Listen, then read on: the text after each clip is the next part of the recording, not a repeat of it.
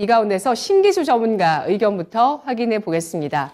간밤 미국장은 FOMC 회의가 시작되자 이제는 약간 긴장감이 돌았습니다. 그러면서 미국장이 이틀 연속의 하락을 보였는데요. 그런데 우리 장 같은 경우는 지금 저항선 부근에서 좀 더 탄력을 얻어가고 또 하락 같은 경우는 굉장히 제한적으로 그렇게 지수가 움직이고 있습니다.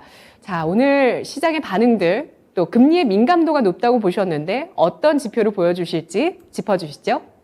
예, 일단 뭐 시장이 이제 미국 시장은 어제 이제 뭐 옆으로 횡보하는 정도로 봐야 되겠죠. 살짝 빠지긴 했지만 횡보한 정도고, 우리 시장은 오늘 이제 뭐 미국 시장보다는 조금 이제 분위기상으로는 이제 나은 것 같아요. 지수는 이제 좀 빠지고는 있지만은 어제 이제 제가 우리 시장과 미국 시장의 키 맞추기 반등이다, 어제 시장의 반등을 이렇게 말씀드렸는데, 그 얘기는 뭐냐면은 이제 키 맞추기가 됐기 때문에 미국 시장하고 우리하고의 이제 커플링이 시작이 된다.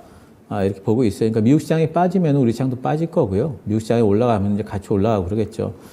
근데 이제 어제 같은 경우에는 일단 ISM 제조업 구매 관리자 지수 PMI가 50.1로 예상치보다 이제 잘 나왔습니다. S&P 쪽에서도 예비치보다 50.4로 잘 나왔기 때문에 이 부분은 지금 이제 계속해가지고 경기가 꺾이지 않고 있다는 부분이고, 그러면서 이제 12월 달에 0.75% 자이언트 스텝 금리 인상 확률이 50.3 전이라고 비슷하긴 한데, 어쨌든 왔다 갔다 50을 기준으로 해서 요즘 이쪽에 금리 선물 쪽에 움직임을 보게 되면은 50%를 기준으로 해서 왔다 갔다 하면서 상당히 시장이 이 부분에 대해 가지고 민감하다는 걸 알 수가 있어요. 그리고 0.5% 금리 인상 부분은 이제 40%까지 빠져 있습니다.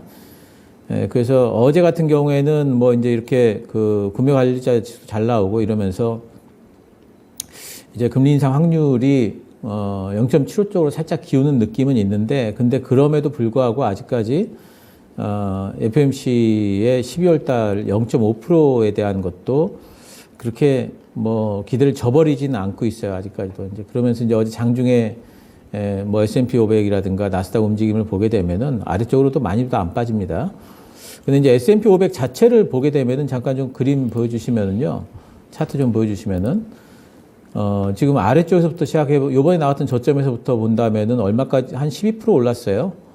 12% 올랐고, 제가 이제 매수하자고 한 구간에서부터도 10%까지 올랐습니다. 그래서 이 정도까지 이제 단기적인 반등이 나왔기 때문에, 그리고 밑에 보시면 이제 스토캐스틱인데요. 스토캐스틱이, 이제 매도 신호가 좀 나오려고 그러죠. 물론 매도 신호라는 게, 그냥 그만큼 민감해졌다는 걸 나타내는 거지, 꼭 매도가 나온다는 뜻은 아니라고 제가 말씀드리고 있죠. 하지만 민감도가 높아졌다는 것은 그만큼 이제 12월 달 금리에 대한 전망이 안 잡힐 경우에는 이제 매도하기가 쉬워졌다, 이렇게 이제 봐야 됩니다. 파월이 이번에 12월 금리 인상폭에 대한 힌트를 좀 줘야 될 것 같아요. 왜냐하면 시장은 그것 때문에 올라왔기 때문에. 근데 만약에 12월 달에 금리 인상폭에 대한 질문을 했는데 기자가 거기에 대한 뭐 별다른 얘기가 없이 애매모호하게 넘어갔다면 시장은 아마 12월 달도 자이언트 스텝에 대한 가능성이 농후하구나, 이렇게 아마 읽을 것 같아요. 그러면서 시장의 변동성이 좀 커질 우려는 아직까지도 있다고 이렇게 봐야 됩니다. 그래서 어제 이제 키맞추기성 반등이 마무리가 되고, 오늘은 이제 보합권에서 시장 전체가 이제 움직이는데, 오늘은 어쨌든 좀 방어 전략이 좀 필요하다, 계속해서 방어 전략을 말씀을 좀 드리고 있죠.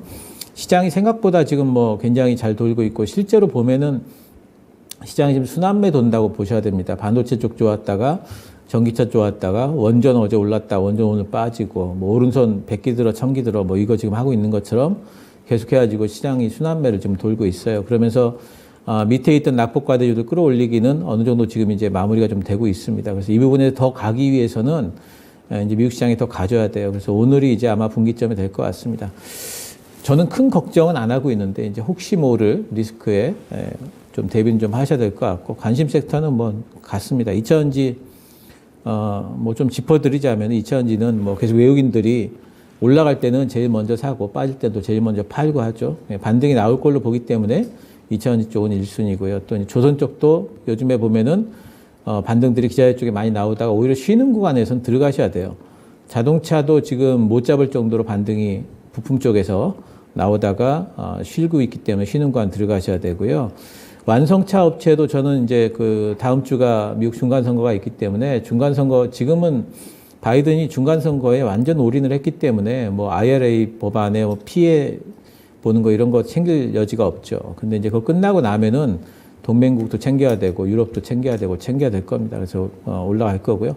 반도체 쪽은 이제는 종목 선별을 뭐 계속 뭐 종목 선별은 중요하지만 삼성전자가 6만전자에서 좀 막히는 분위기죠. 그래서 반도체 쪽은 종목 선별을 하셔야 됩니다. 근데 그렇게 어렵지 않아요. 종목 고르시는 게.